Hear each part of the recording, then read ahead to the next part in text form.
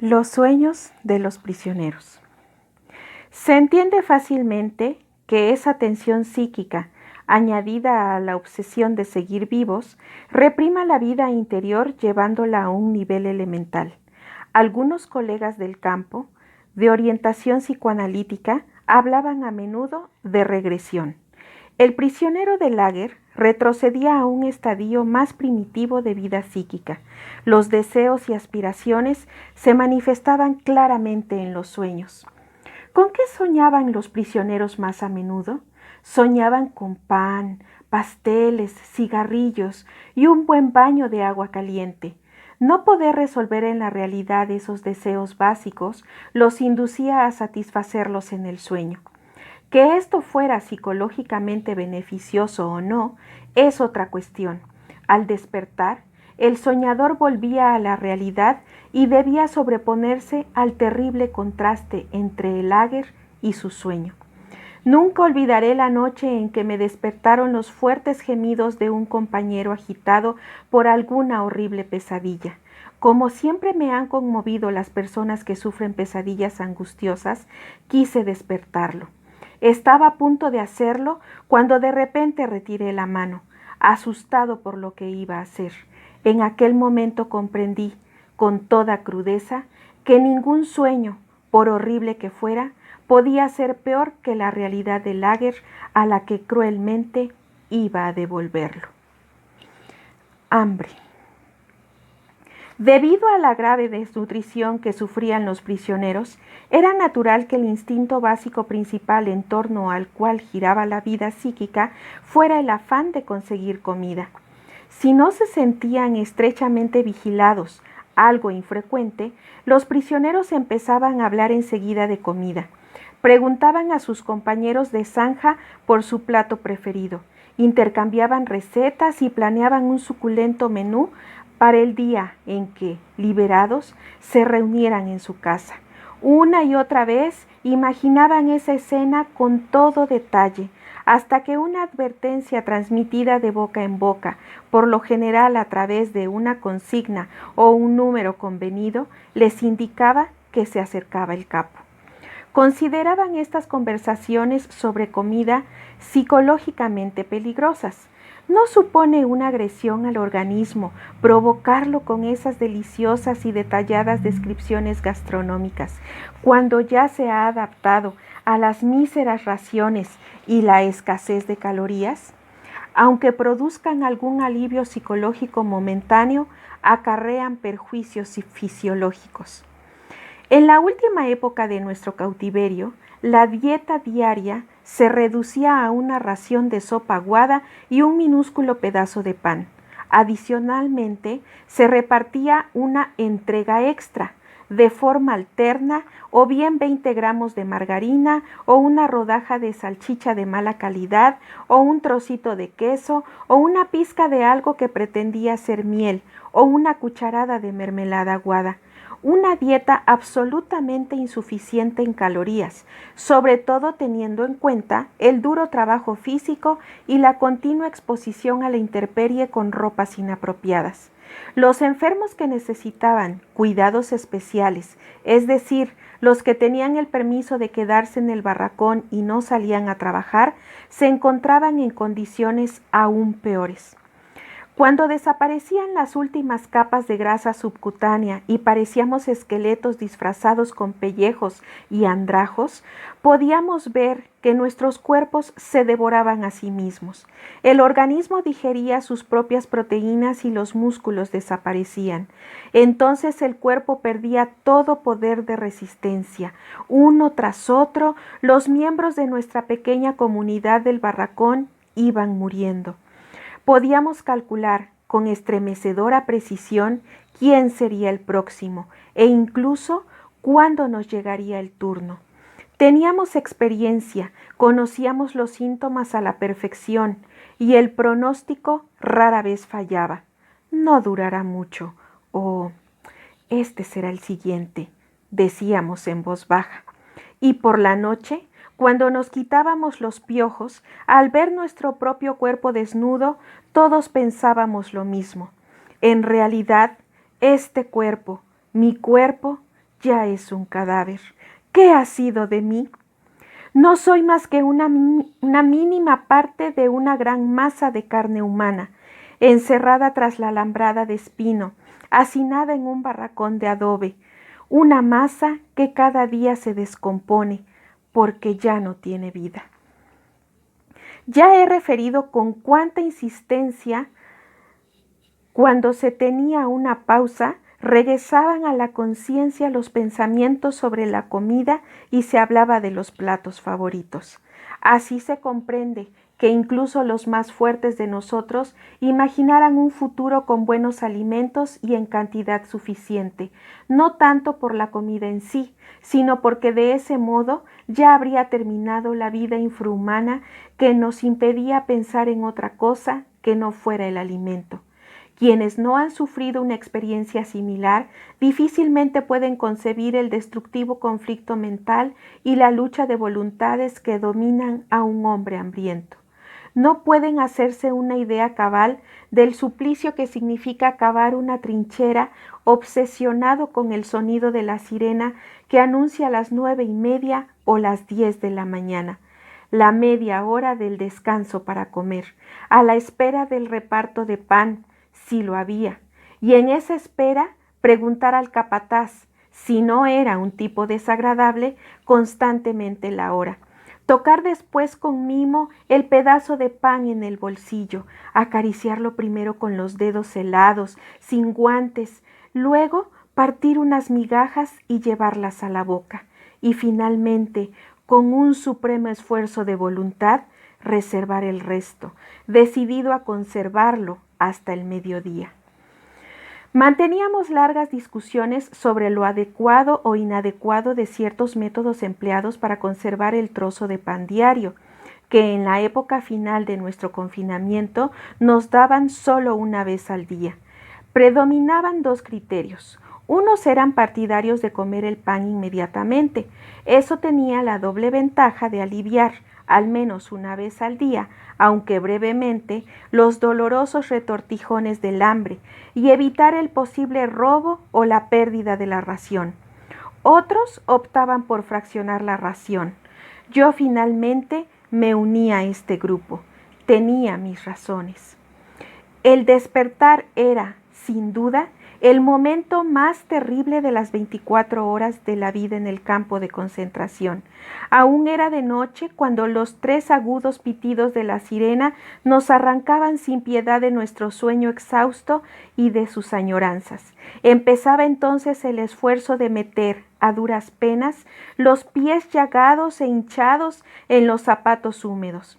A esto seguían los lamentos y quejas por los percances diarios. Por ejemplo, que se rompiera el alambre que reemplazaba los cordones de los zapatos.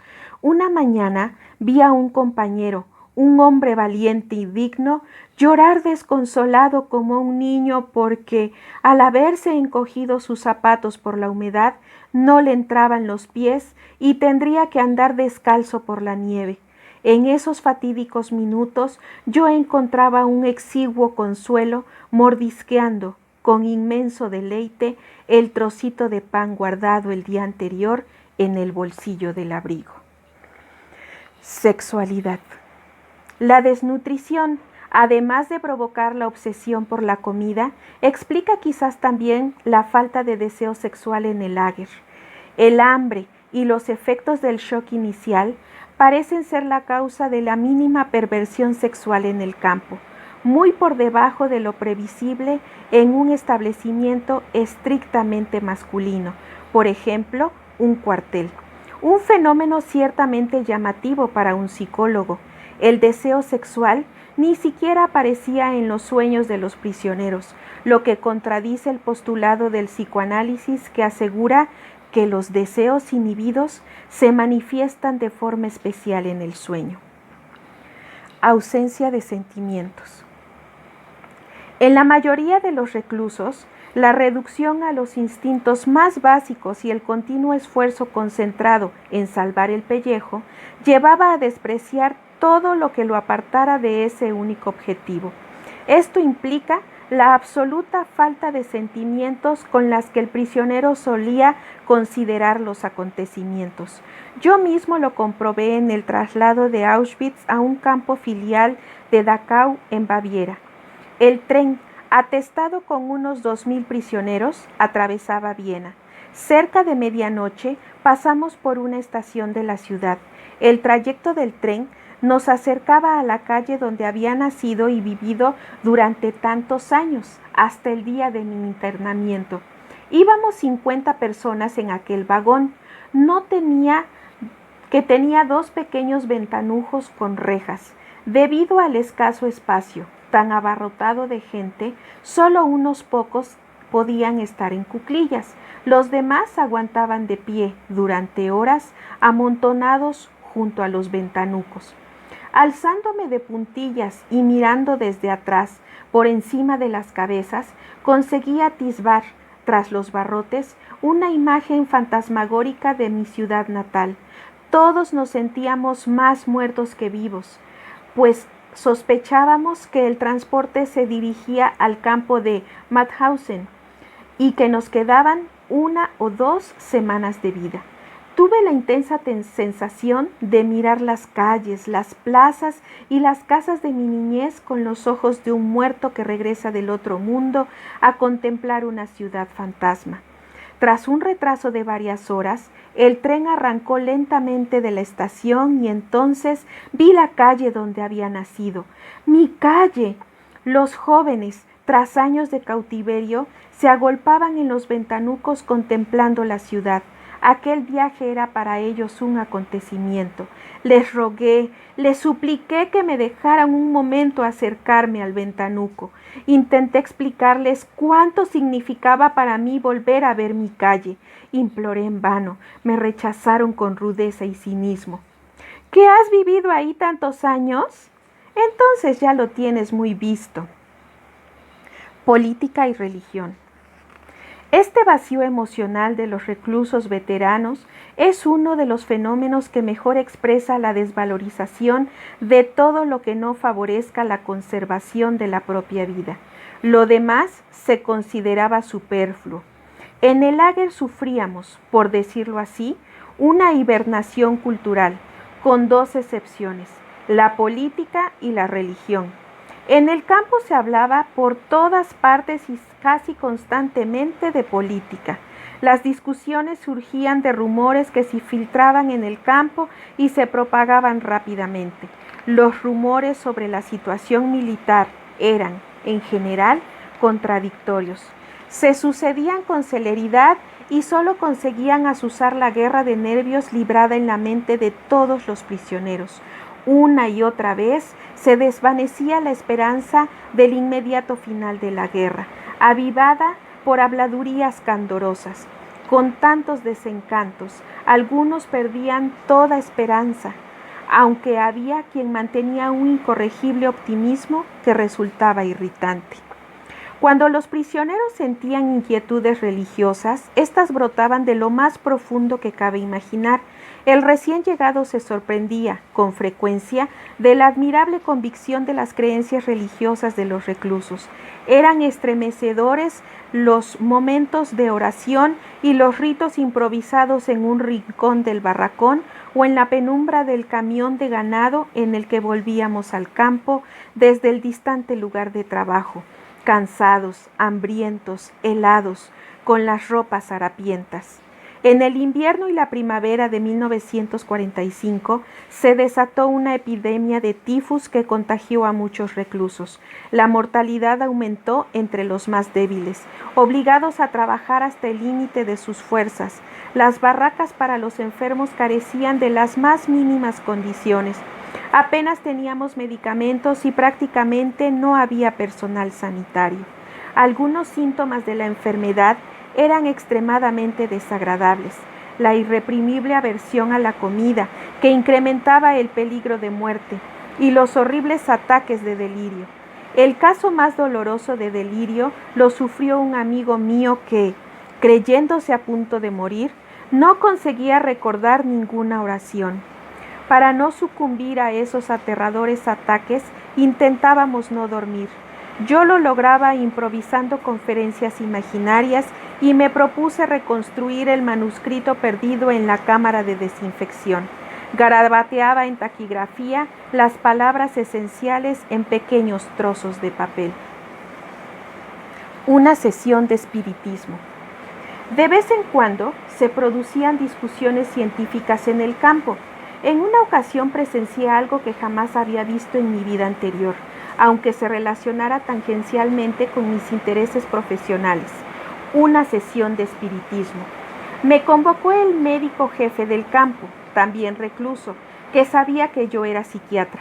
La reunión, rigurosamente secreta, se celebró en su pequeño cuarto privado de la enfermería. Formábamos un círculo reducido al que se agregaba, de forma antirreglamentaria, el suboficial de seguridad del equipo sanitario. Un prisionero extranjero invocó a los espíritus con una especie de oración. El administrativo del campo estaba sentado ante una hoja de papel en blanco y un lápiz en la mano, pero sin la intención voluntaria de escribir. En el curso de la sesión, que concluyó a los 10 minutos, debido al fracaso del médium para conjurar a los espíritus, el lápiz del administrativo dibujó lentamente unas líneas sobre el papel, de las que surgió de forma bastante legible la frase va e ve. Alguien aseguró que el administrativo no sabía latín y nunca había oído esa expresión, vae victis. ¡Ay de los vencidos! En mi opinión, es muy probable que hubiese oído alguna vez esas palabras sin captarlas conscientemente y que hubieran permanecido en su interior para que el espíritu de su inconsciente, las recuperara en aquel momento, meses antes de nuestra liberación y del final de la guerra. La huida hacia el interior. Pese a la bajeza física y mental imperantes en el campo de concentración, podía cultivarse una profunda vida espiritual. Las personas de mayor sensibilidad, acostumbradas a una activa vida intelectual, posiblemente sufrieran muchísimo. A menudo, su constitución era frágil. Sin embargo, el daño infligido a su ser íntimo fue menor, pues eran capaces de abstraerse del terrible entorno y adentrarse, a través de su espíritu, en un mundo interior más rico y dotado de paz espiritual. Solo así se explica la aparente paradoja de que los menos fornidos soportaran mejor la vida del campo que los de constitución más robusta. Para aclarar esta cuestión, tengo que recurrir de nuevo a la experiencia personal. Contaré la serie de rutinas que se repetían cada mañana, antes del alba, cuando nos dirigíamos al lugar de trabajo. Oíamos las órdenes vociferantes. ¡Atención! ¡Destacamento! ¡Adelante! Izquierda, 2, 3, 4, izquierda, 2, 3, 4, izquierda, 2, 3, 4, izquierda, 2, 3, 4. El primer hombre, media vuelta a la izquierda, izquierda, izquierda, izquierda. Gorras fuera. Todavía resuenan en mis oídos esas palabras. A la orden de gorras fuera, atravesábamos la verja del campo enfocados por los reflectores. El que no marchaba con marcialidad recibía una patada, pero corría peor suerte el que, para protegerse del frío, osaba calarse la gorra hasta las orejas antes de tener permiso de hacerlo. En la oscuridad del alba tropezábamos con las piedras y pisábamos los charcos de la única carretera de acceso al campo. Los guardias nos conducían a culetazos, gritándonos constantemente. Los que tenían los pies llagados se apoyaban en el brazo de su vecino. Apenas se oía una palabra. El viento helado no estimulaba la conversación. Con la boca protegida por el cuello de la chaqueta, el hombre que marchaba a mi lado me susurró de repente: si nuestras mujeres nos vieran ahora, espero que ellas estén mejor en sus campos e ignoren nuestra situación. Sus palabras avivaron el recuerdo de mi esposa.